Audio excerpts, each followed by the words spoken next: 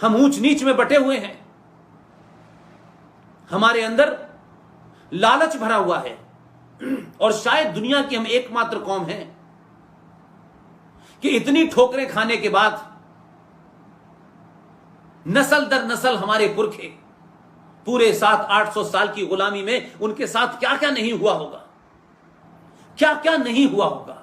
कुछ ने समझौता किया होगा, कुछ ने कुछ अलग तरीके से लड़ाई लड़ी होगी, लेकिन आज जब हम 100 करोड़ की हालत में हैं तो हम गिनती में तो 100 करोड़ हैं, लेकिन 20-25 करोड़ लोग इस देश में, कश्मीर के अंदर उनकी मेजॉरिटी थी।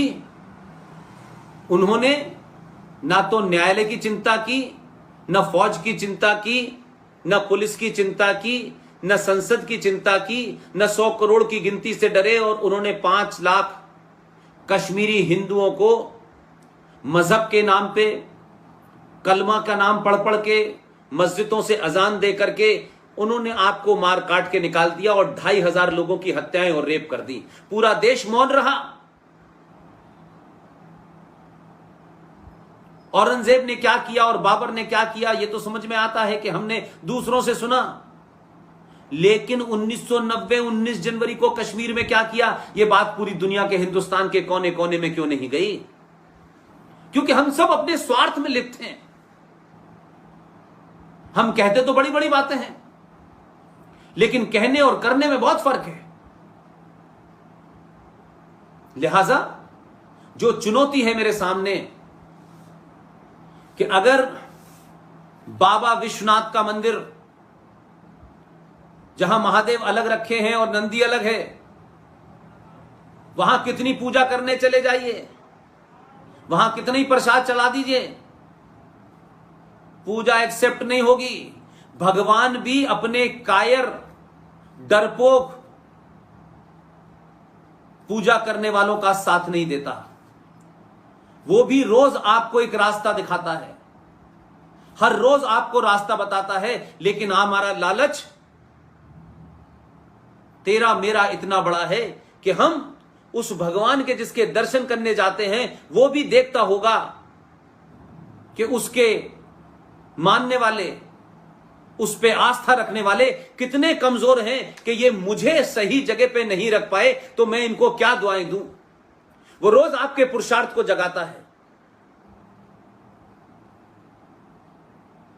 वो सब कुछ करता है, लेकिन हम कहते हैं ये काम कोई और करेगा, सरकार करेगी, न्यायालय करेगा, FIR कर दी है हमने, बस अब तो चलता रहेगा, हमारा तो ये काम है, बस हमें तो अपनी ढपली बजाते रहना है। लिहाजा राम मंदिर का निर्माण कल से शुरू हो जाएगा, लेकिन 1669 में जिस आतंकवादी जिहादी मुसलमान मुगलों के नाम पे औरंगजेब आया था, जिसने काशी के मंदिर के अंदर जो कुछ किया है तांडव, उस मूर्ति को सही जगह भी रखा जाना चाहिए। इसके लिए 500 साल अगर आप समझते हैं तो ये बड़ी मूर्खता होगी। इसका टारगेट बनाइए, जन जन को बताइए। ये नहीं होगा कि भाई हमने मंदिर हो गया बस, अब फिर हम लोग अपने ढोल मजीरा लेके घूमते रहेंगे, फिर बात खत्म हो जाएगी। क्योंकि आप अगर ढोल मजीरा लेके घूम रहे हैं तो ये मत समझिए कि दूसरे भी ढोल मजीरा लेके घूम रहे हैं। दूसरों ने अपने इरादे साफ कर दिए हैं। आपको पता है क्या क्या कहा जा रहा है, खुलेआम टेलीविजन पे कहा जा रहा है। ये कहा जा रहा है, एक नसीरुल इस्लाम है शहर मुफ्ती कश्मीर का, वो कहता है जब 7 करोड़ थे हम हिंदुस्तान में तो हमने पाकिस्तान ले लिया था, अब हम 30 करोड़ हैं, अब हम हिंदुस्तान लेंगे और हिंदुओं को तय करना है कि वो यहां से कहां जाएंगे। कुछ लोग कह रहे हैं कि आज ताकत हमारे पास नहीं है, जिस दिन ताकत हमारे पास आएगी हम इस मंदिर को दोबारा से फिर मस्जिद बना देंगे। और कुछ हमारे यहां राय देने वाले लोग, जब ये संकट हमारे सामने खड़े होगा तो चंपत हो जाएंगे ये लोग, पता नहीं चलेगा कहां गए।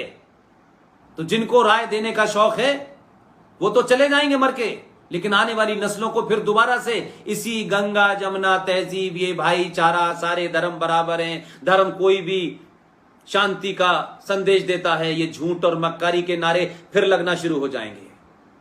ये मंदिरों की लड़ाई नहीं है, ये जमीन के टुकड़े की लड़ाई नहीं है, ये भव्यता की लड़ाई नहीं है, ये लड़ाई भारत की संस्कृति की लड़ाई है कि यहां बाबर की मानसिकता, औरंगजेब की बलात्कारी मानसिकता, लूट की मानसिकता, 1400 साल पहले टेंट से निकल के आने वाला वो मजहब जिसने लूटा है, खसोटा है, पूरी दुनिया के अंदर आतंक मचाया है, दुनिया की सभ्यताओं को कोई एक बटन और एक सुई बना के नहीं दी है, ये उसके बीच का झगड़ा है। इसके लिए मंदिर नहीं बचाएंगे, ये मंदिर नहीं लड़ने के लिए आएंगे।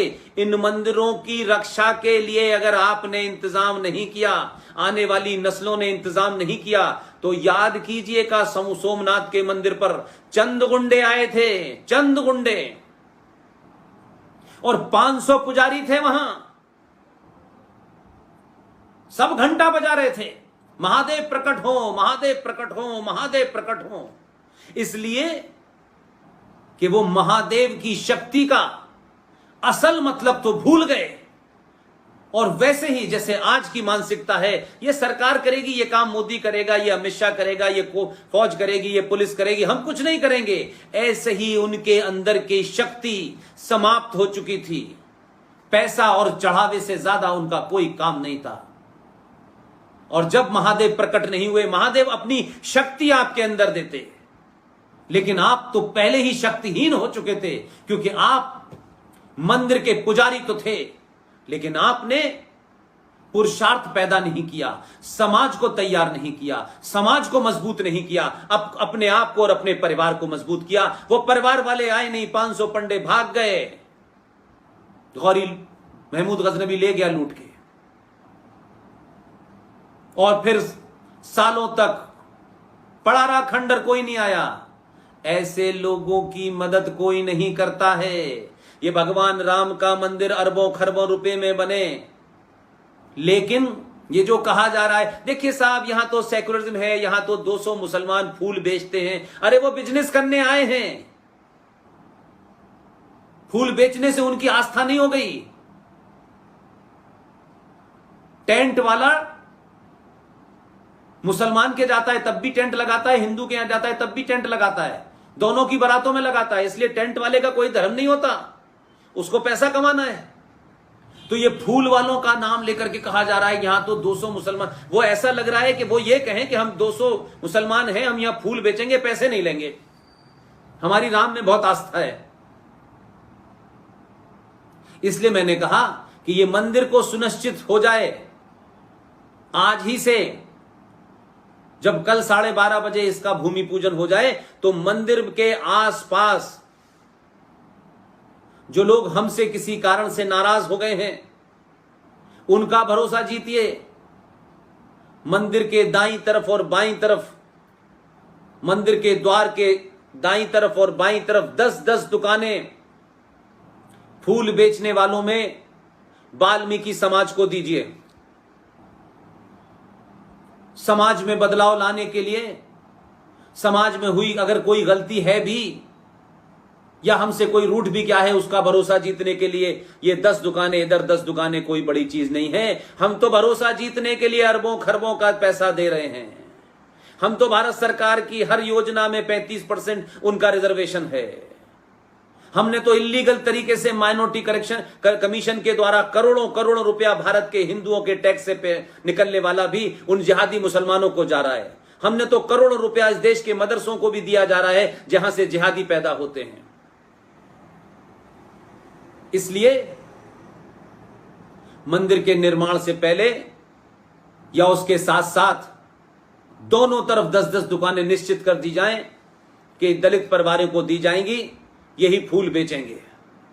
इससे समाज में, सनातन में एक समरसता बढ़ेगी, उनका भरोसा आप जीतेंगे। दुनिया में उनके ऊपर बड़े कष्ट आए, हम कहते तो हैं कि हम अपर कास्ट हैं, लेकिन हमने हर समझौता किया। कश्मीर के 200 वाल्मीकि 1957 में गए, उनसे कहा गया कि सिर्फ शेख साहब की गंदगी आप उठाएंगे और कोई काम नहीं करेंगे।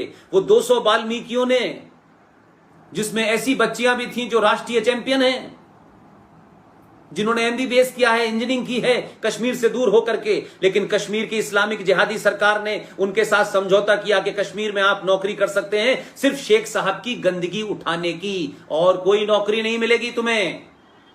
संविधान में प्रोविजन कर दिया, लेकिन फिर भी देखिए इतनी यातनाएं। आधुनिक भारत में अगर कोई आपके सामने थोड़ी सी तकलीफ रख दे तो आप तो शाम को ही अपना मजहब बदल लेंगे, कन्वर्ट हो जाएंगे इमीडिएटली। राम प्रकाश से नाम आपका नूरे इलाही हो जाएगा और शाम को आप खड़े हो जाएंगे। लेकिन उन दलितों को सोचिए, वाल्मीकियों को सोचिए, इतनी यातनाओं के बाद आधुनिक भारत में 1947 से लेकर 2019 तक उन बच्चों ने अपने सर के ऊपर उस शेख मक्कार मुसलमान जिहादी की गंदगी रख के उसने ढोई, लेकिन उसने इस्लाम कबूल नहीं किया। वो ये जानते थे कि इस्लाम क्या है।